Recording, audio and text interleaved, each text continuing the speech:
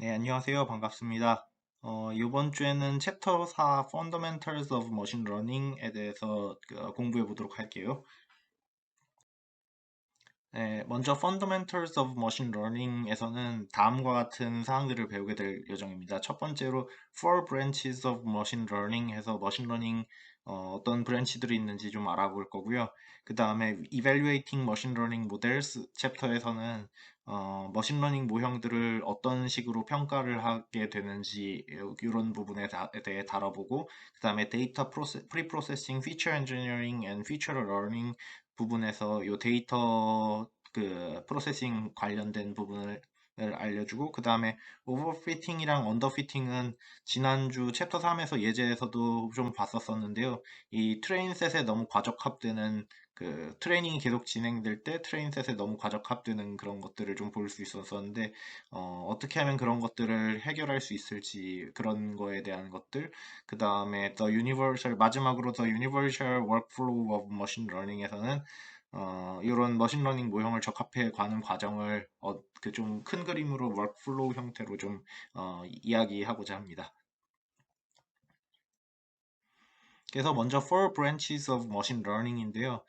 사실 여러분들도 이미 잘 아실 거예요. Supervised Learning이랑 Unsupervised Learning 많이 들어보셨을 텐데 어, Supervised Learning, Unsupervised Learning 그 다음에 또 여기서는 두 가지 정도 더 두었어요. Self-Supervised Learning이라고 해서 이런 오토 인코더 같은 애들 뭐지 라벨이 없지만 만들어가지고 학습하는 그런 종류랑 그 다음에 reinforcement learning, 알파고 같은 애들 이렇게 좀 나눠놨고요. 먼저 supervised learning 같은 경우엔 여러분들도 잘 알고 계실 텐데요. 어, learning to map input data to known targets 해서 이 known targets에 대한 정보가 있는 경우에 supervised learning이고요. 예를 들면 classification, regression 같이 챕터 3에서 그 예제로 들었던 문제들이 대표적인 supervised learning 예제고요. 뭐 오브젝트 디텍션이나 이미지 세그멘테이션 같은 그런 종류들도 논 타겟가 있으니까 슈퍼바이즈드 러닝 쪽으로 해당됩니다. 반면에 unsupervised 러닝은 어떤 finding interesting transformations of the input data without the help of any targets. 그러니까 타겟 인포메이션이 없을 때 뭔가 재미난 발견들을 할 수 있는 약간 그런 종류의 것들이고요. 예를 들면 디멘셔널 리덕션이나 클러스터링 같은 기법들 이런 것 기법들이 unsupervised 러닝에 속합니다. 다음으로 셀프 스퍼바이즈드 러닝하고 리인포스먼트 러닝이 있는데요. 일단 셀프 스퍼바이즈드 러닝 같은 경우엔 그 휴먼 어노테이티드 라벨이 없지만 이런 라벨들을 어떻게 추론해 가지고 슈퍼바이즈드 러닝 형식으로 사용하는 것들이 있는데 예를 들면 오토 인코더 같은 게 있고 나중에 챕터 넘어가면 오토 인코더도 나오니까 그때 한번 다시 알아보도록 하겠습니다. 그 다음에 reinforce learning 같은 경우엔 how agents ought to take actions in an environment in order to maximize the cumulative reward 해가지고 어떤 규칙이 있는데 그 규칙에 따라 가지고 그 학습을 진행해가지고 어, 그, 그 모형을 만들어내는 약간 그런 느낌인데 여기서 이 규칙이 잘 정의되어 있는 경우에만 이 reinforcement learning이 잘 동작을 하고요. 그래서 게임 같은 뭐 알파고 같은 그 게임 같은 거에서라든지 아니면은 뭐 블럭 깨기 뭐 그런 종류의 게임 종류에서는 reinforcement learning이 잘 동작을 하는데 이게 현실 사회에는 이 간단한 룰로 뭔가 모든 게 설명되지 않는 경우가 많아서 이게 게임 외의 기타 분야에서는 아직 많이 잘 적용되고 있지는 않은 상황입니다. 예, 다음 챕터는 챕터 4.2 Evaluating Machine Learning Models인데요. 머신 러닝 모형을 이밸류에이션 할 때 어떤 식으로 할지 약간 이런 거에 대한 거고요. 일단 머신러닝 모형의 꼴이 뭘까요? 예, 꼴이 뭔지 생각해 보면은 일단 models that goal is to achieve models that generate well 이거든요. 그러니까 어, 그 모형이 일반적으로 잘 동작하게 되기를 바라는 거예요. 트레인 셋뿐만이 아니라 여러 다른 이밸류에이션 환경에서도 잘 동작했으면 좋겠다라는 게 꼴이고요. 그렇기 때문에 evaluate with training, validation and test sets 이렇게 해가지고 세 개로 나누어서 많이 사용해요. 뭐 트레이닝 테스트 셋으로도 많이 나누는데 요즘은 그 인포메이션 리키지 뭐 이런 것 때문에 발리데이션 셋을 중간에 더 많이 두는 경향이 있어요. 그래서 어떻게 되냐면은 tuning parameters and hyperparameters is the form of learning이고요. 그 다음에 tuning is based on its performance on validation set.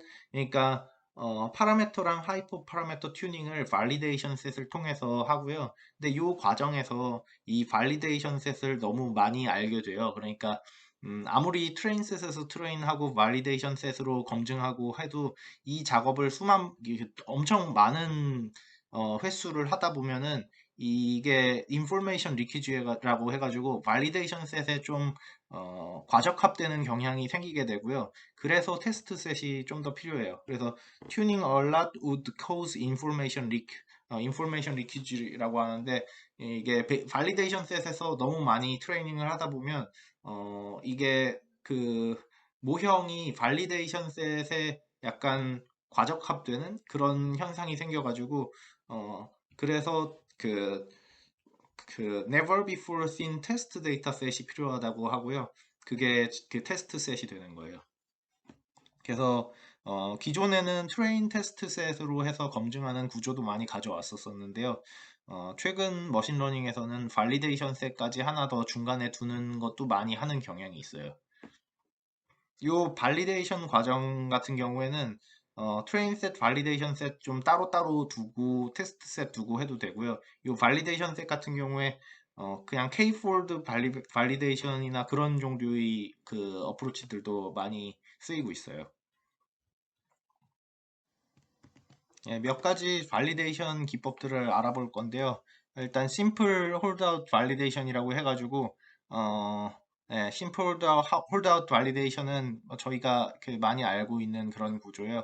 이 전체 데이터 셋이 이렇게 있으면은 여기서 트레인 셋은 이 정도 비율로 하고 뭐 예를 들어 80%의 데이터로 트레인을 하겠다 이러면은 여기 80% 데이터를 쓰고 그다음에 20% 이거 뽑을 때는 랜덤하게 그 전체 데이터 속에서 랜덤하게 80%를 트레이닝 셋으로 쓰고 랜덤하게 20%를 이밸류에이션 데이터 셋으로 쓰고 이런 과정이 심플 홀드아웃 발리데이션이라고 하고요. 코드를 살짝 살펴볼게요. 코드를 살짝 살펴보면은 발리데이션 샘플은 10,000개가 되겠고요. 그 데이터를 랜덤 그 셔플을 해줘요. 이게 꼭 필요한 게요. 그 가끔 데이터셋이 어떤 일정 순서로 정렬이 될 수가 있어요. 그럼 정렬이 돼 있으면은 앞에 10,000개를 발리데이션으로 쓰고 뒤에 나머지를 그 테스트 셋으로 쓰겠다 이런 식으로 정의해서 써버리면은 그 순서가 뭔가 좀 모형 트레이닝에 영향을 줄 수가 있거든요. 그래서 그런 거를 방지하기 위해 이런 랜덤 셔플링이 필요하고요. 이 랜덤 셔플링을 해서 데이터의 안에 내용들을 랜덤하게 셔플링 했으니까 그 셔플링 한 다음에는 발리데이션 셋을 나눌 때 처음 10,000개를 발리데이션 데이터로 주고 그 다음 그 10,000개 이후의 데이터들을 트레인 셋으로 정의를 한 거예요. 그래서 그랬고 음, 여기서 데이터를 어, 예, 트레이닝 데이터를 이렇게 정의를 했고 겟 모델, 이미 전에 디파인 해놓은 모델이 있어가지고 그거를 겟 모델로 받아왔고요.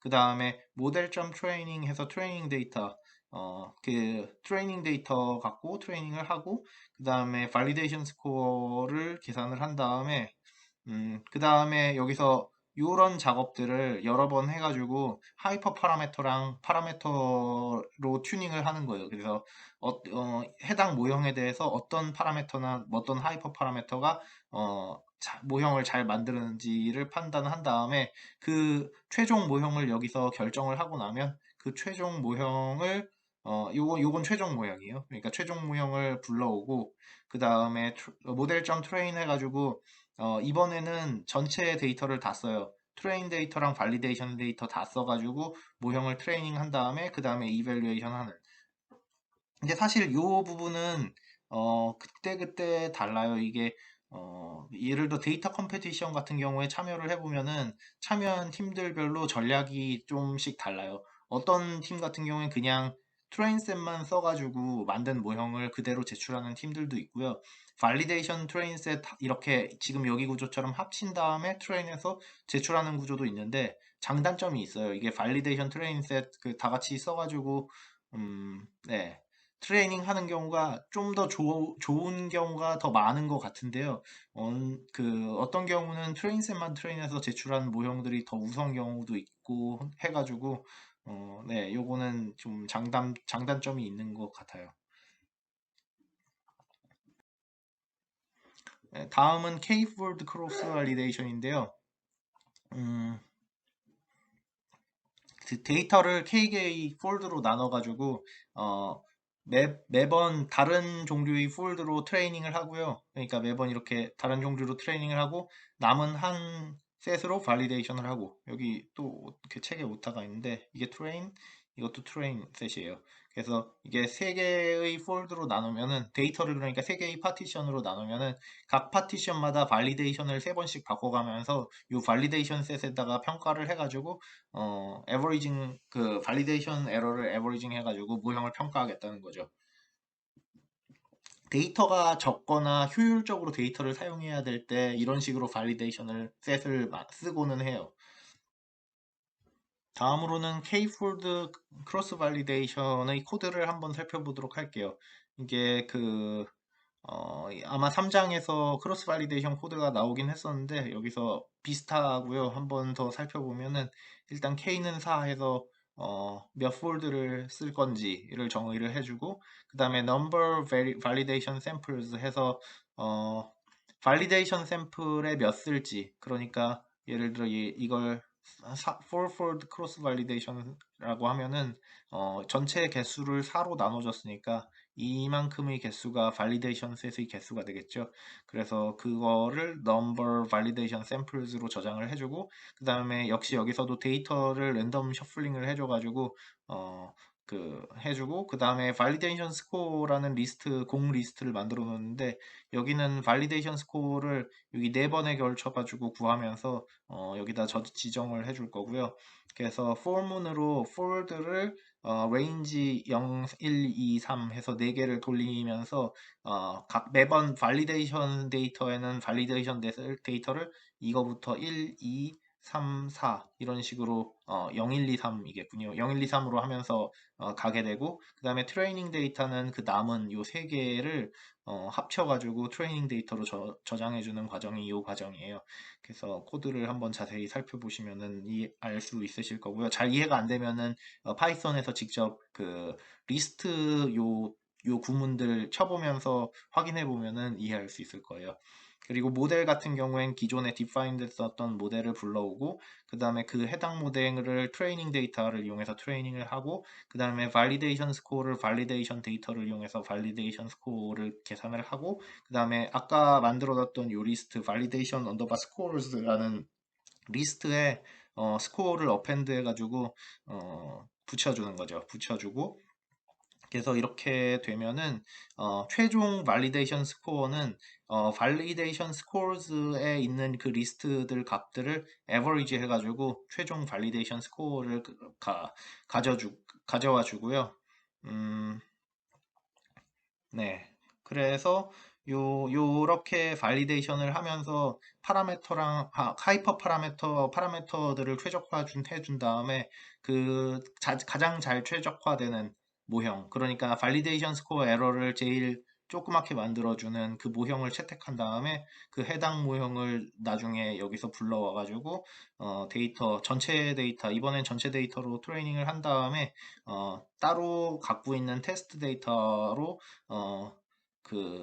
요거는, 예. 그러니까 요 모형을 제출을 하는 거죠. 그리고 요 테스트 데이터는 예를 들어 컴페티션을 예로 들면 테스트 데이터는 보통 컴페티션 측에서 따로 빼가지고 갖고 있는 경우가 많고요. 그래서 요걸로 검증을 해서 순위를 매기게 되는 거죠.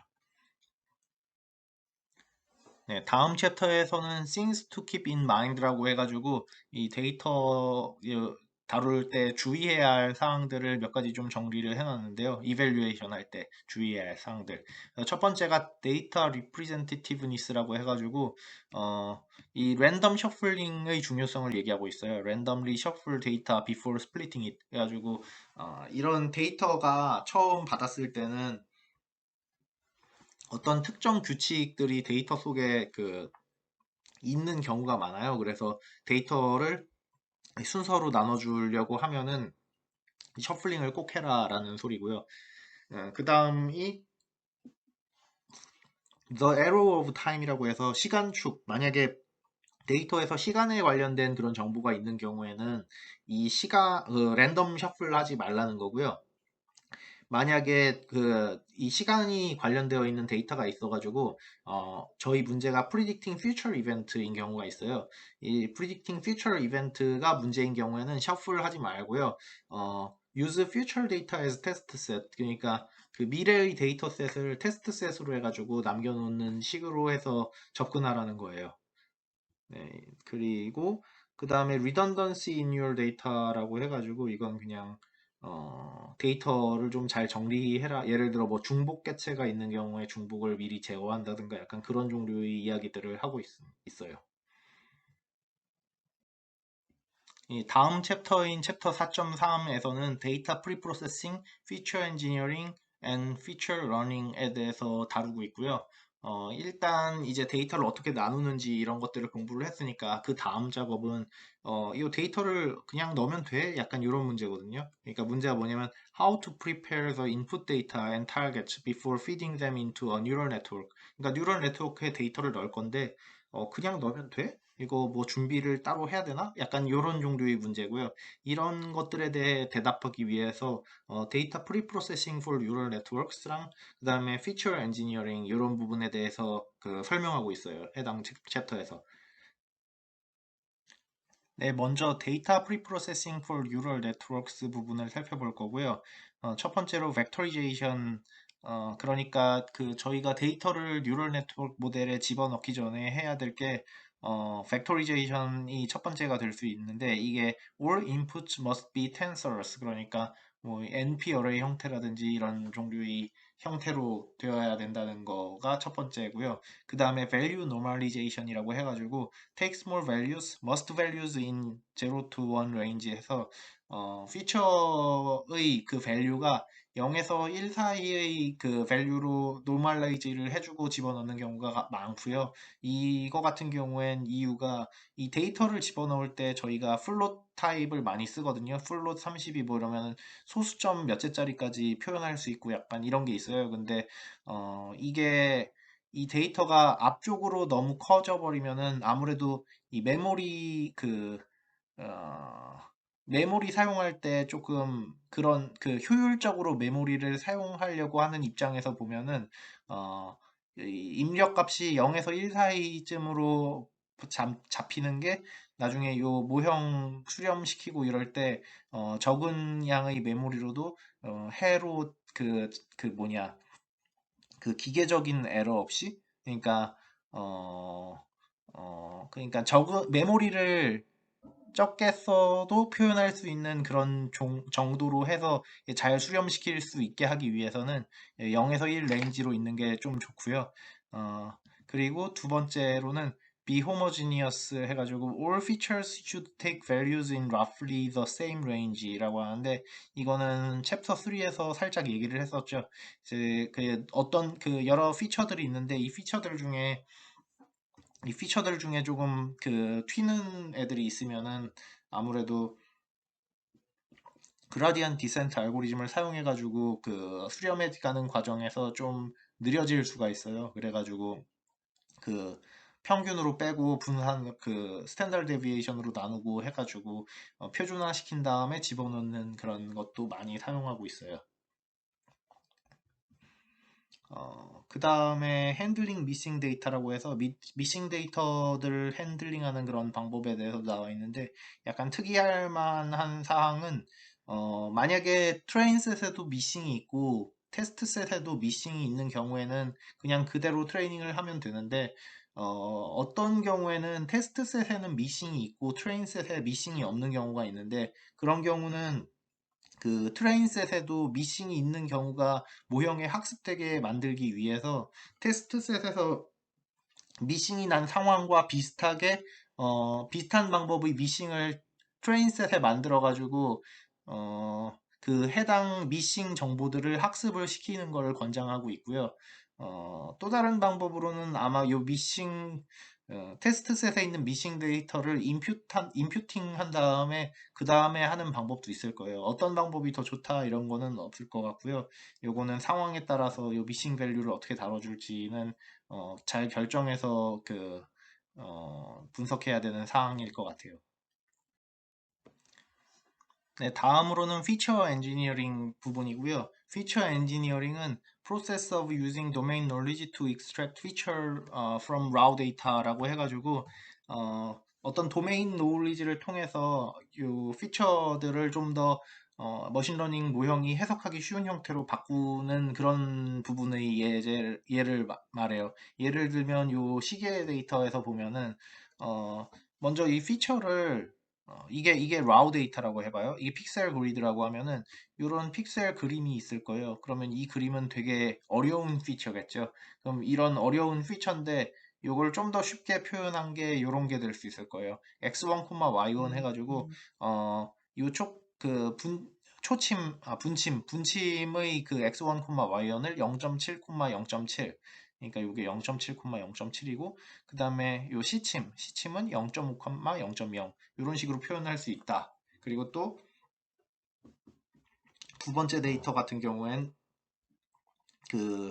분침이 x1 축은 0이고 y2 축은 1이고 그 다음에 요거는 시침을 표현하고요. 이런 식으로도 할 수 있다라는 건데 또 다른 방법도 있죠. Even better features 이쪽으로 하면은 사실 요게 각도면 충분해요. 요게 결국 시침이랑 분침이 그냥 계속 빙글빙글 돈다는 거를 알고 있으니까 그러면 여기를 기준으로 각도를 얘기하면 되겠네.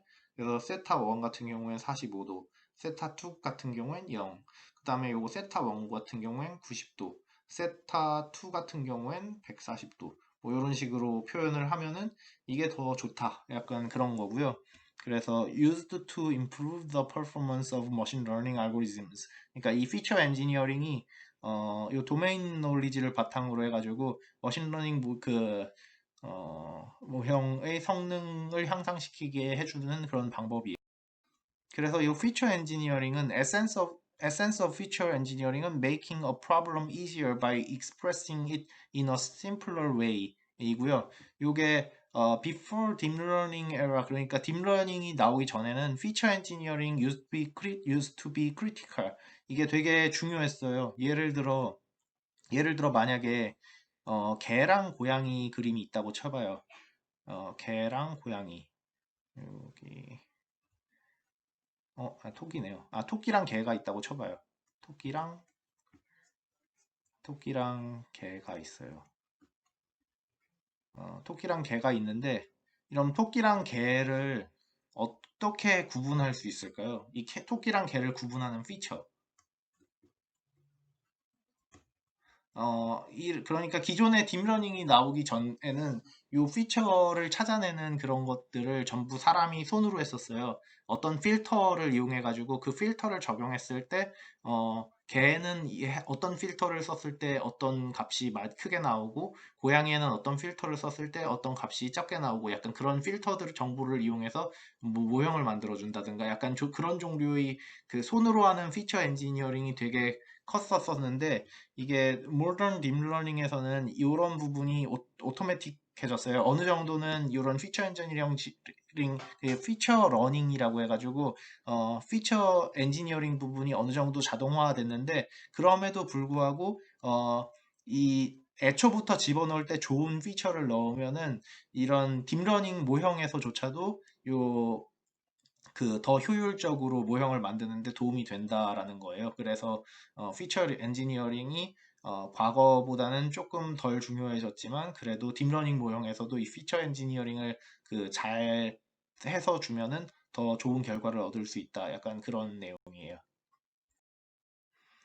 다음 챕터 4.4는 오버피팅 앤 언더피팅이라고 해가지고 오버피팅과 언더피팅 상황에 대해서 좀 얘기를 하고 있고요. 먼저 이 오버피팅, 언더피팅이 어떤 상황이냐면 예를 들어 이 O와 X를 구별하는 그런 문제를 예로 들게요. 요 O랑 X를 구분하는 문제를 예를 들었을 때 저희가 클래시피케이션 룰을 요 직선으로 삼아요. 요 직선으로 삼아가지고 요쪽에 있으면 O, 이 반대쪽에 있으면 X라고 판단하면 어떻게 될까요? 이렇게 하면은 여기 틀리는 부분들이 여기 좀 존재를 하죠. 이런 부분들이 존재를 하는데 요건 약간 언더피팅 된 상황이에요. 이렇게 살펴보면 이 정도 모형이 제일 적당할 것 같아요. 이 정도 모형으로 하면은 제일 적당하게 O랑 X를 구분할 것 같은데 이렇게 너무 단순하게 모형을 잡아버리면은 이걸 언더피팅 된 상황이라고 얘기를 하고요. 이거 예를 말로 하면은 too simple to explain the variance라는 상황이 언더피팅 상황이고요. 오버피팅 상황은 너무 과적합된 거예요. 너무 다 맞추려고 한 나머지 모형이 좀 복잡해지니까 이 트레인 데이터에 대해서는 되게 적합이 잘 되는데 테스트 데이터셋을 집어넣었더니 에러율이 오히려 올라가는 그런 상황이 오버피팅 된 상황이고요. 이럴 경우에는 too good to be true. 그래서 너무 그냥 트레인 셋에 너무 과적합된 상황이라고 생각하면 돼요. 그래서 요 오버피팅 앤 언더피팅에서 몇 가지 term들이 나오는데요. 사실 그렇게 중요한 term인지는 모르겠지만 일단 알아는 둘게요. Optimization refers to the process of adjusting a model to get the best performance possible on the training data. 그래서 optimization 스텝에서는 트레이닝 데이터의 가장 로스를 최소화시키는 방향으로 최적화시켜가는 그게 옵티미제이션이라는 과정이 있고요. 그 다음에 제너럴리제이션 스텝은 뭐냐면 How well the trained model performs on data it has never seen before 해가지고 테스트 셋에 대한 퍼포먼스 부분에 대한 거를 제너럴리제이션이라고 해요. 그래가지고 이 데이터를 트레이닝 해가는 과정에서 지금 여기서 에포크 증가하면서 데이터들이 트레이닝이 되어 가고 있는데 이 앞부분에서 보면은 이게 동시에 줄어들어요. 그래서 옵티미제이션과 제너럴리제이션이 동시에 되고 있는데 어느 정도 시점 이후부터는 옵티미제이션 부분은 되는데 제너럴리제이션 부분이 점점 떨어지게 되죠. 여기서 옵티미제이션은 잘 되고 있는데 제너럴리제이션 그러니까 never seen before 데이터, validation 데이터에서 에러율이 점점 올라가기 시작해요. 이런 게 오버피팅의 문제가 되는 거고요. 요런 이런 오버피팅 문제와 파이팅하는 그런 프로세스를 레귤레리제이션이라고 불러요. 그래서 저희는 이제 레귤레리제이션 하는 방법들에 대해서 몇 가지 알아보도록 할 거예요. 먼저 오버피팅에 저항하는 첫 번째 방법은요. 어, 이 네트워크 사이즈를 줄이는 거예요. 그러니까 모형을 심플하게 만들면 되는 거잖아요. 그래서 the simplest way to prevent overfitting is to reduce the size of the model. 그러니까 size of the model이 너무 큰 경우에 overfitting이 발생하니까 네트워크 사이즈를 적당히 줄여가지고 오버피팅을 방지하자라는 전략이 있고요. 그리고 책에 소개되어 있는데 제가 여기 슬라이드에 준비하지 않은 또 다른 전략도 있는데 말씀드리자면 이 오버피팅을 방지하기 위해서 제 첫 번째 전략은 데이터를 더 많이 모으는 거예요. 데이터를 많이 모으면 모을수록 이 오버피팅을 방지하는 데 도움을 줄 수 있기 때문에 가능한 많은 양의 데이터를 모아라. 그게 첫 번째. 네, 그 다음에 reducing the network size 이런 게 두 번째가 될 수 있고 네, 다음을 살펴볼게요. 네, 그래서 reducing the network size 부분의 코드를 살펴볼게요. 이 코드를 살펴보면은 이게 이따가 실습에서 제가 직접 좀 해볼 텐데 이건 IMDb 영화 리뷰 데이터에서 포지티브 리뷰인지 네거티브 리뷰인지 해가는 그런 모델이고요. 거기서 일단 영화의 만 개의 단어 피처를 사용했으니까 만 차원이 인풋이고 그 다음에 요 만 차원이 들어와서 16 차원이 나오고 그래서 첫 번째에서 만 차원에서 16개의 차원이 나오고 또 16개가 나오고 그 다음에 한 개로 해가지고 이렇게 나가는 그런 구조고요. 그래서 포지티브인지 네거티브인지를 정하는. 그래서 요거를 그 reducing the network size 해서 네트워크를 사이즈를 줄이는 방법이 있어요. 그래서 여기 16이었는데 이렇게 4로 줄이는 방법이 있을 수 있고요. 그리고 요거와 반대되는 방향으로 만약에 이걸 늘리면 어떻게 될까? 더 과적합될 텐데 그런 상황으로 512로 늘린 거 이렇게 두 가지 예를 들어가지고 발리데이션 셋에서 로스가 어떤 식으로 되는지를 살펴보게 될 거예요. 실습에서. 네, 4.4 오버피팅 앤 언더피팅에서는 주피터 노트북 예제가 제공되고 있고요. 이걸 따라가면서 어떤 내용들을 담고 있는지 한번 알아보도록 할게요. 그래서 오버피팅 앤 언더피팅 챕터가 되겠고, This notebook contains the code samples found in chapter 3, section 6. 그러니까, IMDb 데이터 예제를 사용할 거고요. 거기서 무비 리뷰에서 파지티브인지 네거티브인지를 판별을 해주는 바이너리 클래시피케이션 예제 문제가 되겠어요. 거기서 오버피팅과 언더피팅, 뭐 레귤러리제이션 메소드 뭐 이런 거에 대한 관련된 내용을 다룰 거고요. 여기서 얘기하고 있는 거는 the fundamental issue in machine learning is the tension between optimization and generalization 이렇게 돼 있는데 optimization과 generalization은 앞에 슬라이드에서 설명을 했죠. optimization은 the process of adjusting a model to get the best performance possible on training data라고 하고요. 그래서 트레이닝 셋에서 최대한 좋은 성과를 내게 하는 그런 과정을 옵티미제이션 이라고 불러요. 그리고 while generalization refers to how well the trained model would perform on data it has never seen before. 그러니까 generalization은 validation 셋에서도 잘 해나가는 거 그런 거를 말하고요. 그래서 the goal of the game is to get good generalization, of course, but you do not control 뭐 그러네요. 아무튼 generalization, optimization 이게 두 개가 잘 되는 게 중요하고요. 그래서 beginning of the training에서는 optimization하고 generalization이 are correlated 돼가지고 초반 트레이닝 과정에서는 트레인 셋 에러 줄면서 발리데이션 셋 에러가 같이 줄고 있고요. 그 상황에서 멈추면 언더핏된 상황이 될 거고, 계속해서 나가다 보면은, 옵티미제이션은 되는데, 제너럴리제이션이 안 되기 시작하는 시점이 생기는데, 그 부분부터 모형이 오버핏 되게 되는 거죠. 그래서 to prevent a model from learning misleading or irrelevant pattern found in the training data 이게 이걸 방지하기 위해 the best solution은 of course to get more training data 그러니까 the best solution은 사실 데이터를 더 많이 모으는 거고요. 근데 이게 힘든 경우에 있어서는 이제 regularization 방법들을 사용해 가지고 이런 오버피팅 문제들을 극복하는 그 방법들을 사용하게 돼요. 그래서 여기 노트북에서는 IMDb 영화 리뷰 데이터를 다시 한번 사용할 거고요. 그래서 여기서 TensorFlow Keras 데이터셋 IMDb 데이터에서 IMDb 데이터를 로드하는데 number of words는 역시 똑같이 10,000개 사용할 거고요.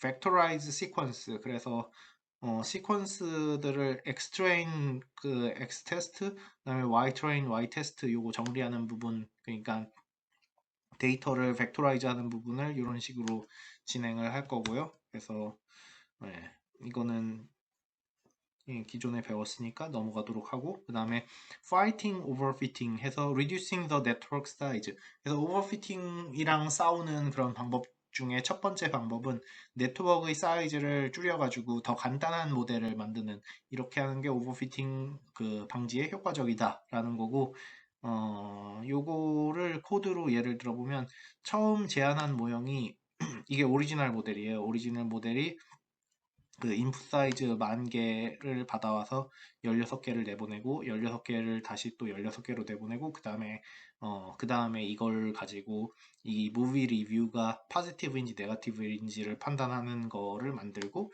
그다음에 그 모형을 컴파일할 때는 RMS 프로 옵티마이저를 쓰고 로스 같은 경우에는 이게 바이너리 클래시피케이션 문제니까 바이너리 크로스 엔트로피를 사용하면 되는 거고 그다음에 매트릭은 애큐러시를 사용했어요.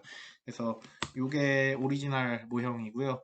그 다음에 now let's try to replace it with this smaller networks 해가지고 smaller networks를 정의를 했고요. 그 다음에 두 개를 트레이닝하죠. 오리지널 모형이랑 그 다음에 smaller network를 트레이닝을 할 거예요. 여기서 시간이 좀 걸리는데 이건 금방 끝나니까 네, 좀 기다려 보도록 하죠.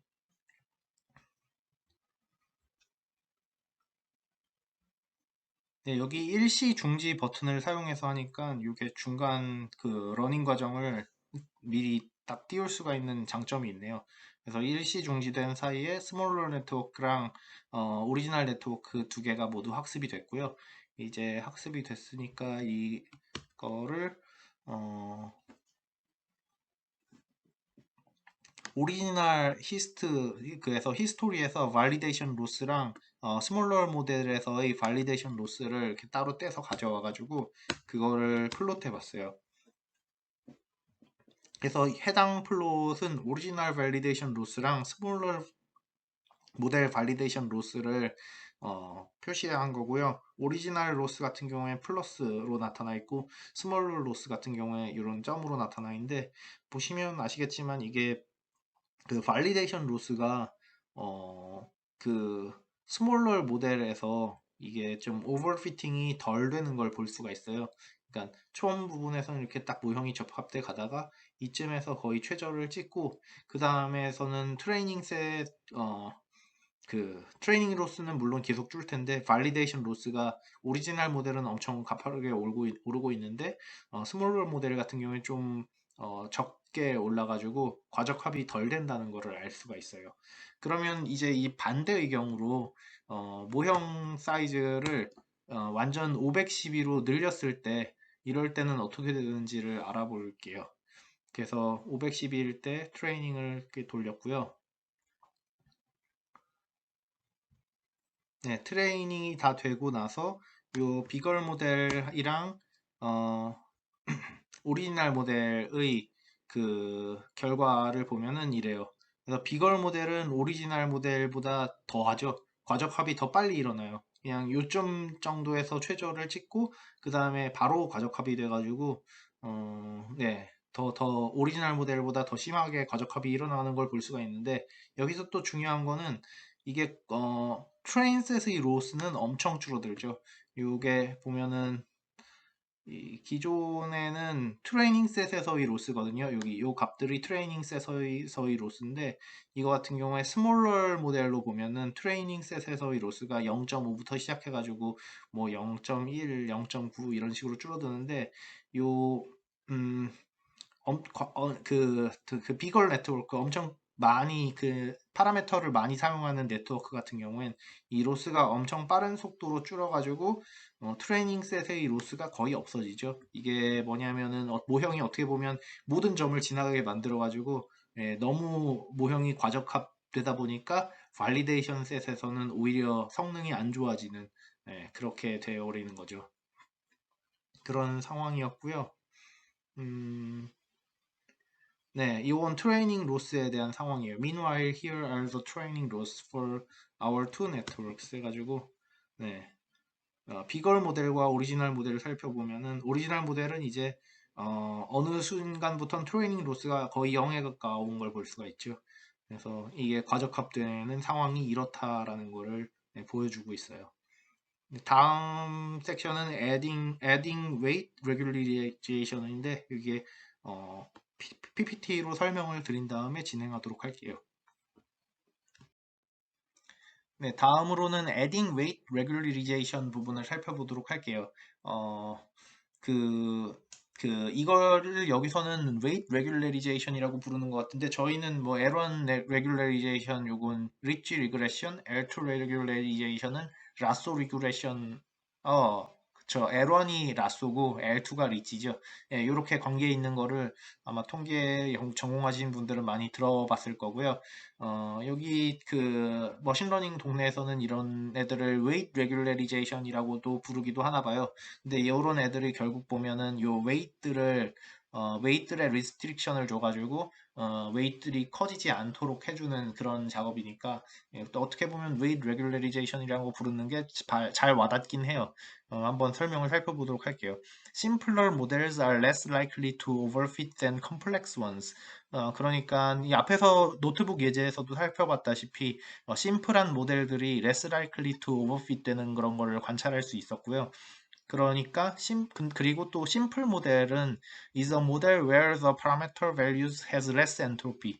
그러니까 파라메터 밸류들이 less entropy를 갖는 거여가지고 그래서 요 파라메터들이 less entropy를 가질 수 있도록 그 regularization을 주자 하는 게 요 L1 regularization, L2 regularization이에요. 그래서 L1이랑 요 L2 regularization에서 요 웨이트 파라메터가 그 커지는 거에 대해 그 코스트를 줘가지고 요 결국 요 코스트를 미니마이즈 하는 게 이 머신러닝 모형을 적합하는 거는 코스트를 미니마이즈 하는 건데 이 코스트를 미니마이즈 하는 과정에서 이 웨이트가 커지는 것도 방지하자. 그러니까 웨이트가 커지지 않도록 요 레귤레이제이션을 주는 거죠. 그러니까 여기서 근데 에런 레귤레리제이션은 절대값 웨이트를 그 절대값 웨이트 합을 준 거고요. L2 레귤레리제이션은 이게 사실 요거예요. 요거. 네. 그 스퀘어드 웨이트들의 합, 그 다음에 절대값 같은 경우엔 절대값 웨이트들의 합. 그래서 이런 것들이 커지지 않도록 방지하자라는 거고 뭐몇 가지 특징들을 보면 요 라쏘 같은 경우엔 라쏘 레귤레리제이션을 하면은 요게 웨이트 모양이 이런 식으로 생기고 요쪽 로스 부분은 이렇게 평평한 모양이고 이 로스 같은 경우에는 두 개가 만날 때 미니마이즈 되니까 웨이트 밸류들의 많은 부분이 0으로 돼가지고 이게 이 웨이트가 0인 것들의 그 컬럼들 은 베리어블 셀렉션에서 빠지는 식으로 해석할 수가 있어가지고 라쏘 같은 경우에 베리어블 셀렉션도 같이 된다 뭐 그런 것들 아마 여러분들 통계 공부할 때 배우셨을 거고요. 요거는 리치 리그레션과 관련 있는 거고, 네, 그 정도 특징이 있을 수 있겠습니다. 그래서 이 adding weight regularization 을 코드로 한번 살펴볼게요. 이걸 코드로 살펴보면은 여기 저희가 그 모형을 define을 할 때 이렇게 옵션을 줄 수가 있어요. kernel regularizer 해가지고 regularizer.l2 해가지고 L2 regularization을 줄 수가 있고요. 요거를 L2, L1을 같이 줄 수도 있어요. 그래서 L1 regularizer를 주려면 이렇게 하면 되고요. 그 다음에 L1, L2를 같이 주려면 L1 언더바 L2 이렇게 해서 같이 줄 수가 있어요. 그리고 요 0.001, 0.001 얘는 아까 앞에서 봤던 그 파라메터 람다에 대한 값이어가지고 요게 람다가 크면 클수록 레귤레리제이션의 강도를 크게 하겠다는 거예요. 네, 그러면 다시 그 주피터 노트북으로 돌아와가지고 adding weight regularization 부분을 진행해 보도록 할게요. 그래서 regularization 부분에서 보면은 뭐 앞에 제가 PPT에서 설명했던 부분들에 대한 설명이 나와요. 그래서 simple model in this context is model where the distribution of parameter values has less entropy. 그래서 simple 모델은 파라미터 밸류들이 less entropy를 갖는 그런 모형들이고요. 그렇게 만들어주기 위해 regularization, weight regularization을 해주는데 여기서 많이 쓰이는 방법이 L1 regularization과 L2 regularization이 있다는 거고 L1 regularization은 L1 놈 L1 놈을 그 코스트에다가 더해준다는 거. 그 다음에 L2 regularization은 L2 놈에 대한 그런 웨이트를 코스트에 더해준다는 거. 그런 것들이 있었고 음, 네, 그래서 한번 살펴보도록 하죠. 그래서 L2 norm 예제가 여기 있고요. 그래서 L2 모델을 디파인을 할 때 다른 거 다 똑같은데 여기서 덴스 layer.dense에서 이 옵션을 줬어요. kernel regularization에서 regularizers.l2 해서 람다 값은 0.001로 줬고요. 그래서 이렇게 L2 regularization을 추가했을 때 모형이 어떻게 되는지를 살펴볼 거예요. 그래서 여기서 잠깐 그 일시중 네, 그래서 이렇게 학습이 완료되었고요. 학습이 완료되고 그림을 그려보면은 이래요.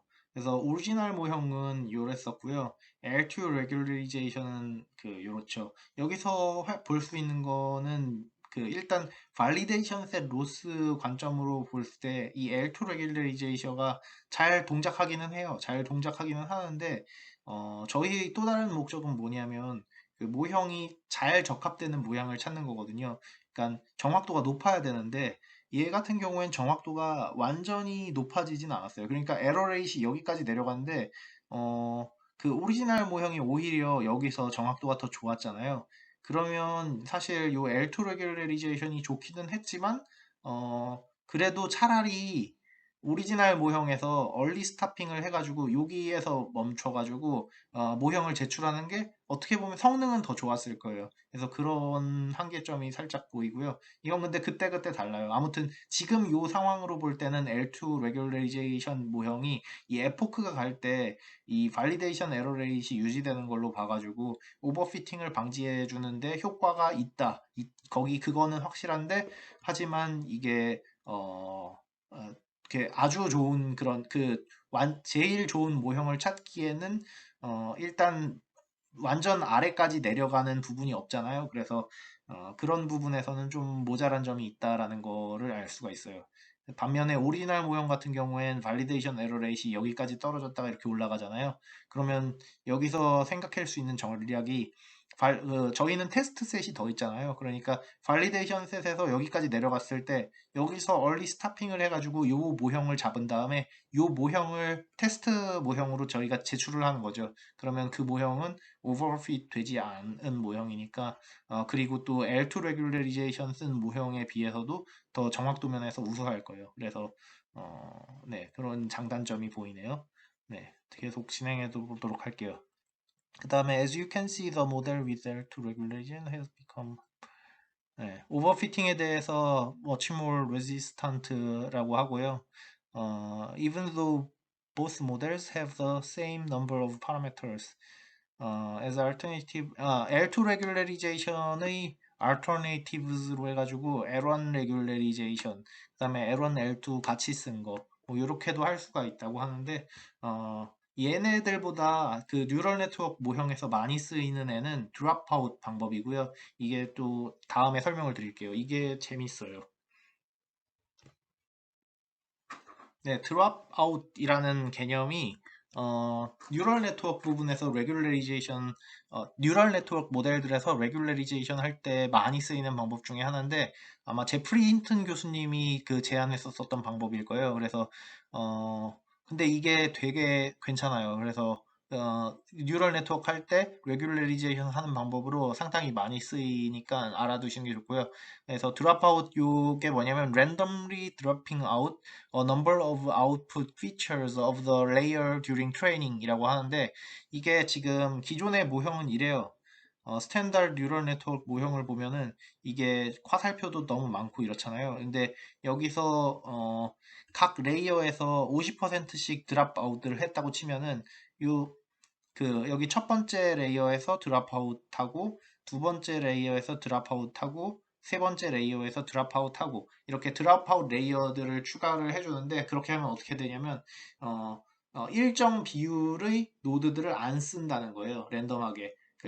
근데 이게 이렇게 해서 끝나는 게 아니라요. 이거를 트레이닝 할 때마다 이런 식으로 매번 다르게 해가지고 요런 비슷한 종류의 네트워크들을 여러 개 구성을 해가지고 결국 걔네들을 합쳐가지고 모형을 만들어주는 느낌이거든요. 그러니까 이게 약간 어떤 느낌이냐면 랜덤 포레스트 느낌으로 생각하면 돼요. 이게 랜덤 포레스트에서 여러 가지 그 피처를 다르게 쓰면서 여러 가지 트리들을 만들어가지고 그 트리들을 합쳐가지고 앙상블로 합쳐가지고 만든 모형이 랜덤 포레스트잖아요. 그리고 랜덤 포레스트가 그냥 트리 모형보다 더 좋잖아요. 성능도 잘 나오고. 그거랑 똑같아요. 이게 그냥 모형이 이거고요. 그냥 모형이 이거면은 이 드롭아웃은 약간 랜덤 포레스트 모형으로 모양처럼 앙상블 이렇게 그 특정 레이어들을 안 쓰는 애들을 여러 개 만든 다음에 그 여러 개 만든 거를 약간 앙상블 시켜가지고 모형을 제출하는 그런 형태로 생각해 주면 돼요.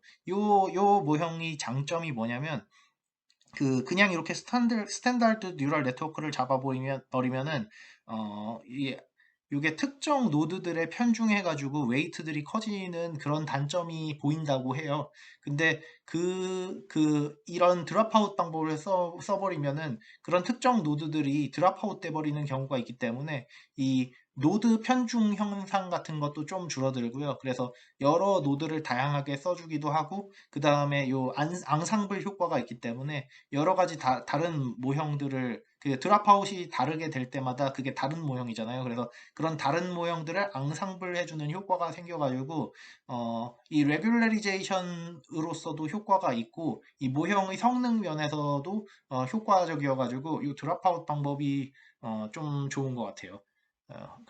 그래서 어, 그래서 여기 그 책에서 나오는 50% 드랍아웃 예제인데 그 50% 드랍아웃을 해가지고 여기 그 드랍아웃 된 부분은 0이 곱해져가지고 그 노드를 쓰지 않고요. 그 다음에 테스팅 타임에서는 이게 학습했을 때 반밖에 안 썼으니까 곱하기 2를 해가지고 어, 뻥튀기 해줘서 테스트한다는 거고요. 다음 슬라이드에서 코드를 한번 살펴볼게요. 다음으로는 그 드랍아웃이 어떻게 코딩되는지에 대한 부분인데 먼저 저희 정의된 모듈에서 해당 레이어에 드랍아웃을 주려면 이렇게 드랍아웃을 레이어를 추가하면 돼요. 그래서 여기서 레이어를 만들었고 그 다음에 요 그 model.add layer.dropout 0.5를 추가하게 되면 이 레이어가 하는 역할이 뭐냐면요. 요 레이어가 하는 역할이 뭐냐면 여기서 16개의 레이어 아웃풋이 나왔잖아요. 그럼 16개 레이어 아웃풋에서 0.5%를 드랍아웃 시키겠다는 거예요. 그게 이런 식으로 구성이 돼요. 이 드랍아웃이 뭐냐면 그러면 여기서 np.random randint 하면은 이게 0에서 2 사이에 그러니까 0하고 1 중에서 랜덤하게 뽑아줘요. 여기서 사이즈는 레이어 아웃풋 쉐입이니까 이게 여기서는 16개거든요. 그러면 16개의 길이가 있고요. 여기서 0 아니면 1이에요. 0, 0, 1, 0, 0. 이게 50% 확률로 0이랑 1이 나오고요. 그러면 요거를 여기 결과에 나온 16개랑 곱해 줘 버리면은 0이 되거나 아니면은 1 곱하면은 그대로 나오거나. 그래서 layer underbar output 곱하기 는 하면은 원래는 레이어 아웃풋에 16개 밸류가 있을 텐데 이 16개 밸류에 0하고 1 요 리스트를 곱해줘서 0인 부분엔 0이 나오고 나머지는 그대로 값들이 나오고 해가지고 이게 나올 거예요. 그리고 이런 식으로 학습을 하고요. 이런 식으로 학습을 한 다음에 테스팅 타임에서는 요게 학습할 때 요 랜덤하게 드롭아웃을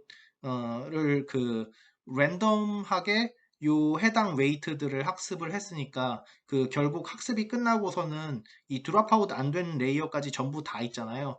그러니까 예를 들어 16개가 있는데 이 16개를 전부 써가지고 테스트를 해줘야 되는데 그 테스팅 타임에서는 학습시킬 때 50%씩 날렸었으니까 그 학습시킬 때 50%씩 날린 그 가중치를 보정해주기 위해서 그 0.5를 곱해가지고 테스팅 타임에서 해줘요. 그러니까 테스팅 타임에서는 요 부분을 레이어 언더바 아웃풋 곱하기는 0.5를 해가지고 계산한 다음에 결과를 내보내죠. 그래서 요렇게 해줄 수도 있고요. 근데 코딩 할 때는 여기 케라스나 이런 데서 코딩 될 때는 보통은 트레이닝 할 때 전부 해주고 테스팅 타임에서 요걸 고려해주지 않는 방향으로 요렇게 코딩이 돼요. 어떻게 코딩하냐면 레이어 언더바 아웃풋 해서 곱하기는 요걸 곱한 다음에 그 다음에 레이어 아웃풋에 0.5를 나눠 놓은 다음에 트레이닝을 그러니까 여기 트레이닝 시킬 때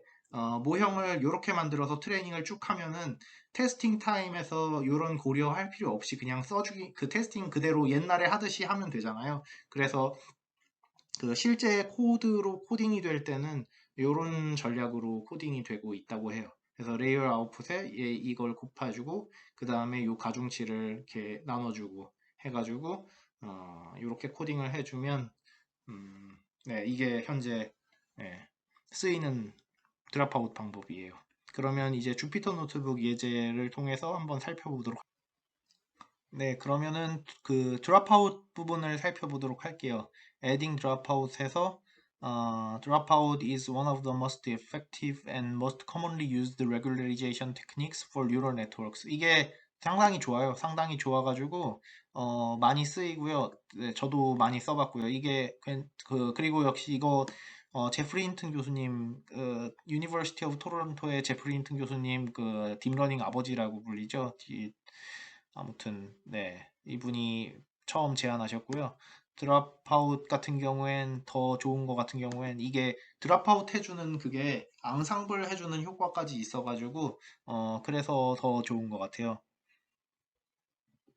그래서 어떤 해당 레이어의 그 리얼리제이션이 이렇게 5개가 있으면은 랜덤하게 몇 개를 0으로 한 다음에 트레이닝하는 그런 방법이고요. 드랍아웃 레이어 같은 경우에는 그 앞서 설명드렸다시피 이런 식으로 구현이 되고요. 여기서 랜딘트 궁금할 수도 있을 텐데 요거를 한번 예제로 해보면은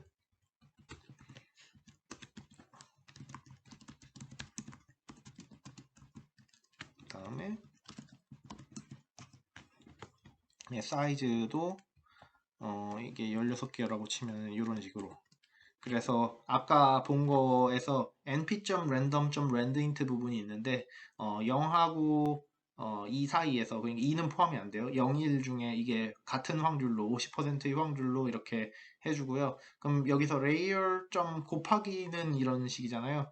그러니까 이 해당 레이어를 곱하면 값이 있었던 부분들은 그 값이 나오고 0이 있는 부분은 0이 나오게 되게끔 해가지고 50%를 드랍아웃 시켜버리는 효과가 있는 거예요.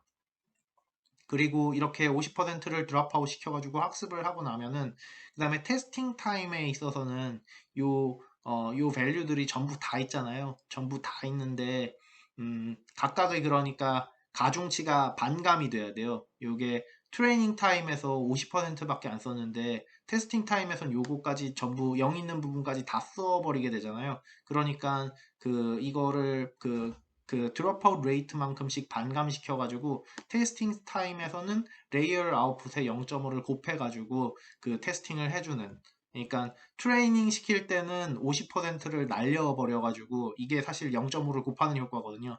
트레이닝 타임에서는 레이어의 50%를 날려버렸다면 테스팅 타임에서는 근데 전부 다 있는데 날려버릴 수가 없으니까 가중치를 0.5를 곱해버리겠다는 거예요. 그런 식으로 해서 이 드랍아웃이 작동을 하는데 요렇게 할 수 있는데 실제로 the note that this process can be implemented by doing both operations at training time. 그래서 실제로는 어떤 식으로 하냐면요. 트레이닝 타임에 이렇게 트레이닝 타임의 50%를 곱하고 그 다음에 트레이닝 타임의 0.5를 미리 나눠놔요. 그래서 이런 식으로 트레이닝을 해놓으면 결국 그 테스트 타임에서 하는 거랑 똑같거든요. 그래서 그냥 논리적으로 이해하려면 이게 더 편한데요. 코딩에서는 이런 식으로 드랍아웃이 코딩돼서 들어간다라는 걸 설명을 하고 있어요. This technique may seem strange and arbitrary. Why would this help reduce overfitting? Geoffrey Hinton has said that this is inspired among other things by a fraud prison. 예, 뭐 나중에 한번 읽어보세요. 예, 어떻게 보면 이 드랍아웃이라는 방법이 왜 레귤러리제이션을 해주는지 의아해할 수가 있다고 하는데 이게 레귤러리제이션이 되는 이유 같은 경우에는 이게 전체 네트워크를 모두 써서 트레이닝을 하게 되면 특정 노드들의 가중치들 쏠림 현상이 생길 수가 있어요. 그러면 결국 이게 웨이트가 심플하지 않게 되는 거잖아요. 근데 이 드랍아웃 방법을 사용하게 되면은 모든 노드들을 다 써가지고 모형화하는 좀 더 모든 노드들을 다 쓰게 되고요.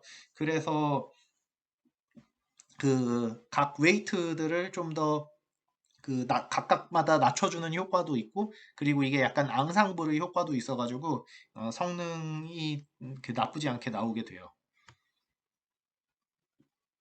그래서 케라스에서는 해당 내용이 이렇게 드랍아웃 레이어를 추가하는 형태로 심플하게 작성을 할 수가 있고요. 그래서 이런 식으로 작성을 할 수가 있어요.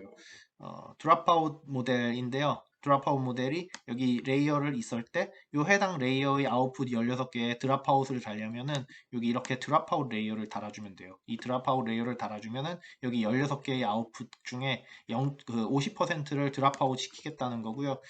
그 다음 16개 레이어에 대해서도 한 50%를 드랍아웃 하겠다. 뭐 이런 식으로 이해하시면 돼요. 그리고 옵티마이저는 RMS 프로로스는 뭐 이렇고요. 그래서 트레이닝을 해주면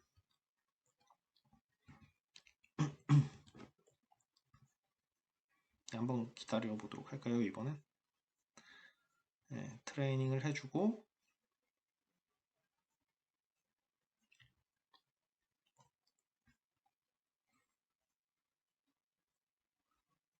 네, 그 다음에 결과를 보면요. 이렇게 나오죠. 네. 여기서 오리지널 모형이 이렇고요. 드랍아웃 모형이 좀 더 좋죠. 좀 더 좋고 레귤러리제이션도 되고 좀 더 좋고 그리고 이거 보면은 최저점을 누가 찍는지도 보면은 이 드랍아웃 레귤러리제이션을 사용한 모형이 좀 더 최저점에 찍고 있는 것도 알 수가 있죠. 이게 네, 좀 더 자세히 보면 어떻게 될지는 모르겠는데 이게 드랍아웃의 장점이에요. 아까 L1, L2 레귤러리제이션을 썼었을 때는 최저점을 못 찍었었잖아요. 이게 실제로 뭔가 대회 같은 거 참여하고 하면서 써보면은 느끼실 수 있겠지만 어, 제가 느끼기에는 L1, L2보다는 드랍아웃으로 레귤러리제이션 해주는 게 성능도 유지되면서 레귤러리제이션 효과도 좀 더 보는 듯한 느낌이 들어가지고 저도 드랍아웃 그 L1, L2보다 드랍아웃을 조금 더 써주는 경향이기는 한데, 근데 이거 같은 경우에 사실 모형마다 조금씩 다르기도 하니까, 여러분들이 여러 가지 레귤러리제이션 방법들 L1, L2 드랍아웃 다 알고 계시면서 좀 써보다가, 더 잘 되는, 모형에 맞게 더 잘 되는 방법을 사용해주면 될 것 같아요.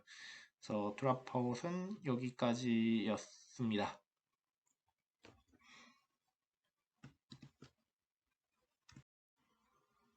네, 다음 챕터에서는 The Universal Workflow of Machine Learning 해가지고 머신 러닝 그 어떤 식으로 그 작업해가면 되는지에 대한 그런 내용들을 담고 있고요.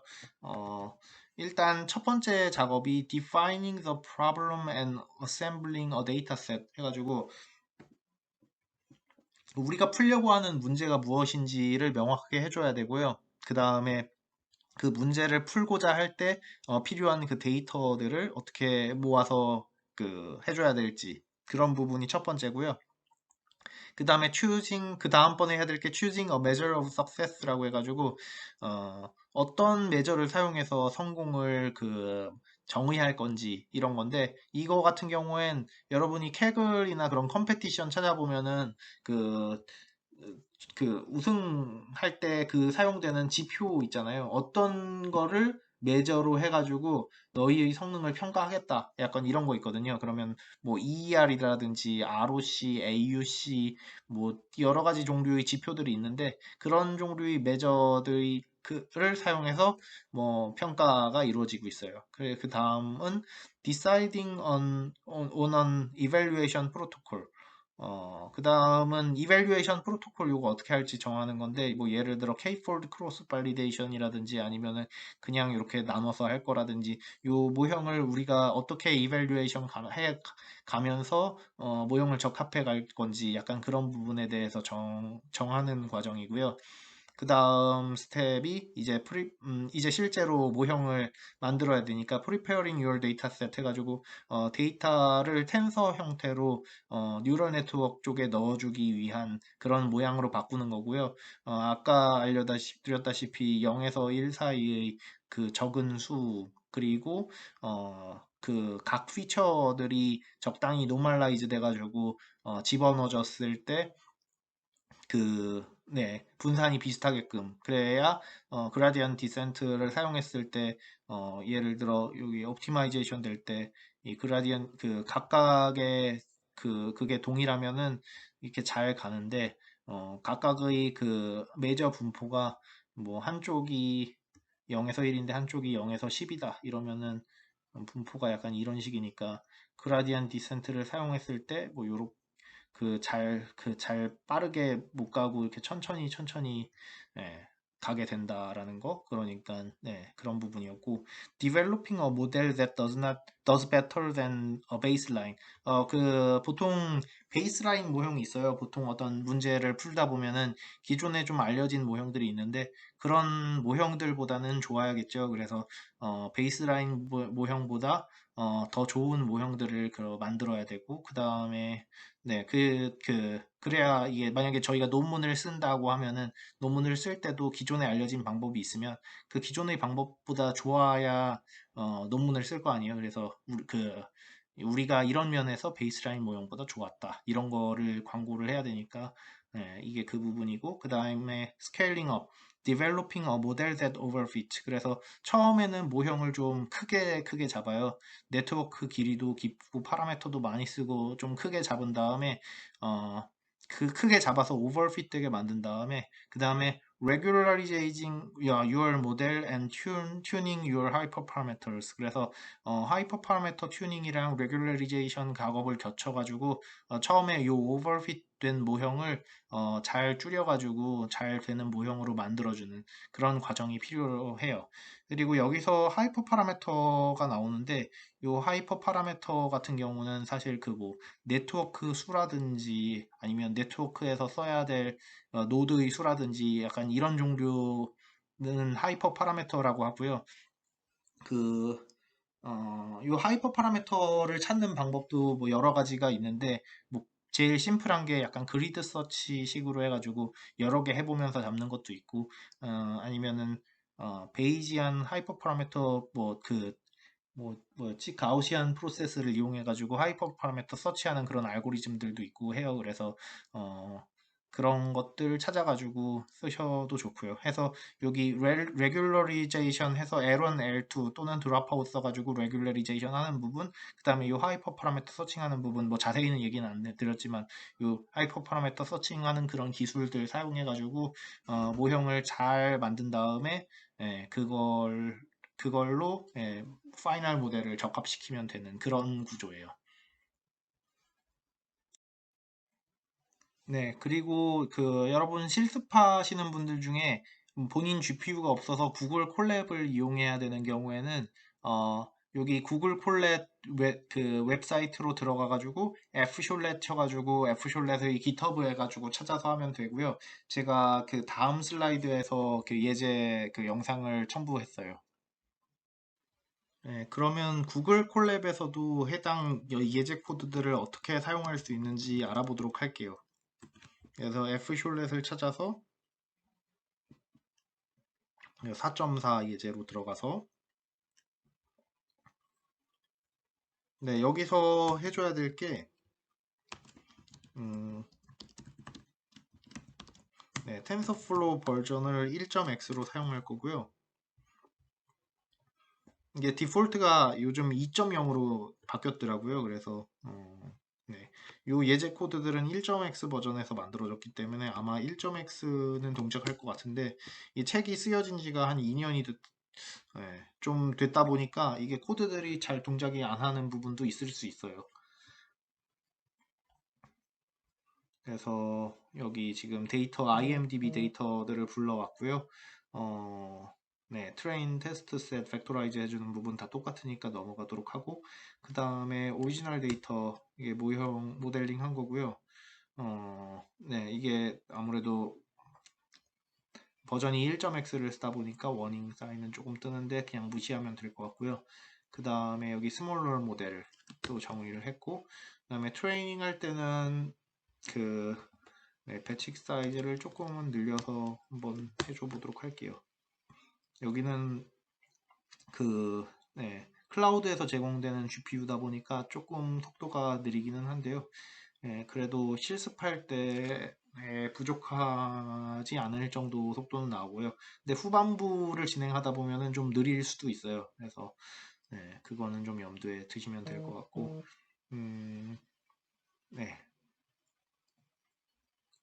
그리고 스몰러 모델도 곱하기 한 3 정도로 해서 배치 사이즈를 늘려가지고 트레이닝하면 조금은 속도가 더 빨라지니까 배치 사이즈를 조금은 늘려서 네, 이거 트레이닝 끝나면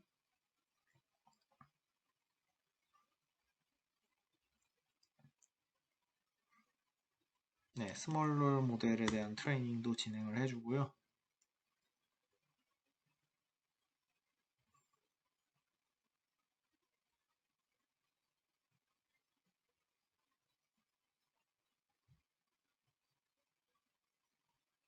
네, 잠깐 일시 중지를 해서 네, 그래서 트레이닝이 맞춰졌고요.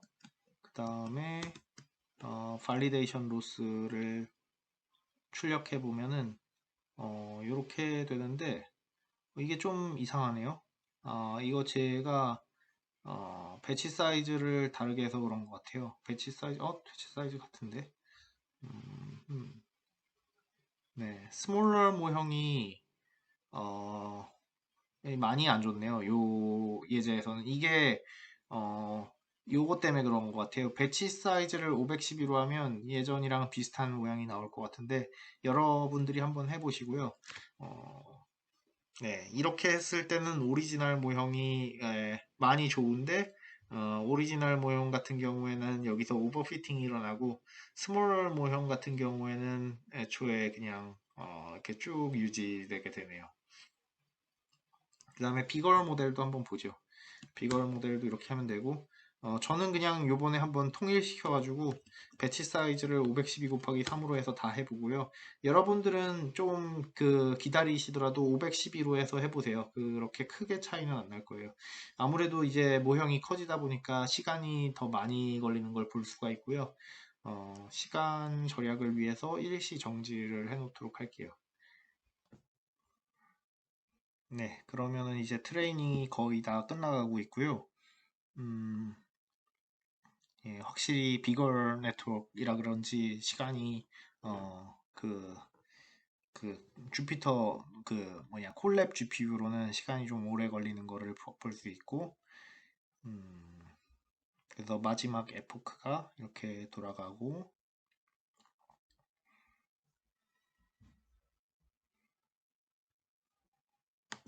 네, 그림을 그려보도록 할게요.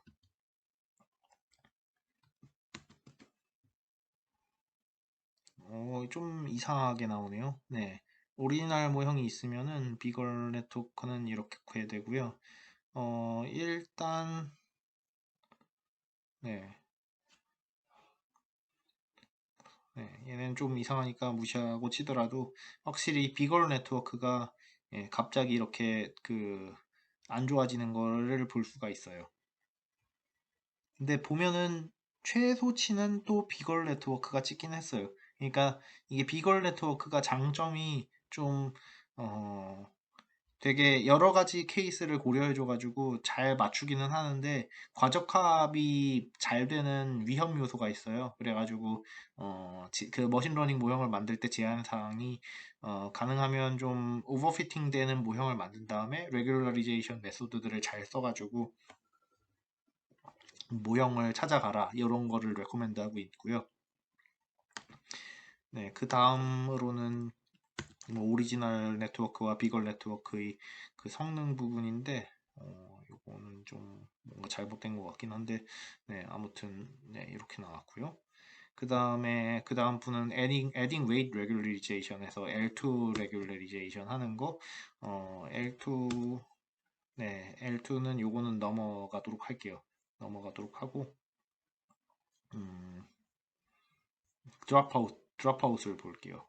adding dropout 부분이 있는데 드롭아웃 부분에서는 네, 이렇게 해서 드롭아웃도 네, 똑같이 곱하기 3을 해서 트레이닝을 해주면은 드롭아웃 같은 경우에는 네, 비걸 네트워크보다는 낫죠. 이거 같은 경우에 속도가 똑같잖아요. 이게 속도가 거의 똑같은 이유가 뭐냐면 이게 앙상블 하는 효과가 있기는 해도 이게 매번 그냥 단순하게 매번 50%를 액티베이션 해주는 애들을 바꾸는 그런 거여가지고 속도 자체에 변화가 없어요. 그래서 네, 그런 부분에서 드랍아웃이 좀 편해요. 이렇게 속도도 비슷하면서 레귤러리제이션도 해주고 성능도 괜찮고 그래서 예, 뉴럴 네트워크 모형 만들 때는 레귤러리제이션은 드랍아웃 많이 쓰여요. 그래서 어느샌가 이게 20회가 다 끝나가고 있고요. 20회가 다 끝나면은 이거를 한번 결과를 보도록 할게요. 결과를 보면 드롭아웃 레귤러리제이션이 보면 알겠지만 그 오리지널 모델에 비해서 성능이 더 좋죠. 여기 부분에선 성능이 더 좋아졌다가 딱 이렇게 되고 그래서 레귤러리제이션도 되면서 이 성능도 유지해주는 그런 좋은 방법이 되겠어요. 네, 이런 식으로 콜랩을 이용해서 실습하시는 분들은 이런 식으로 실습하시면 될 것 같아요. 감사합니다. 네, 그 다음으로는 두 번째 숙제인데요.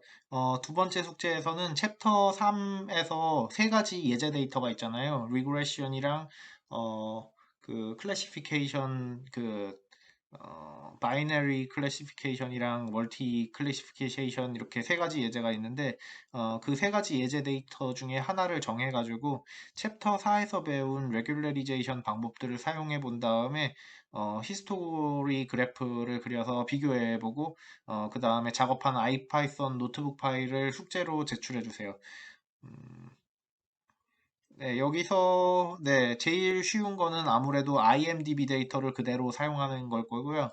네, 그대로 사용한 경우에 그러니까 숙제하기 너무 어렵다 싶으면은 그냥 IMDb 데이터 그대로 정해가지고 챕터 4.4의 코드들을 거의 그대로 이용해가지고 작업해도 괜찮아요. 네, 그러면 이거의 숙제 2로 해서 제출해 주세요. 네, 감사합니다.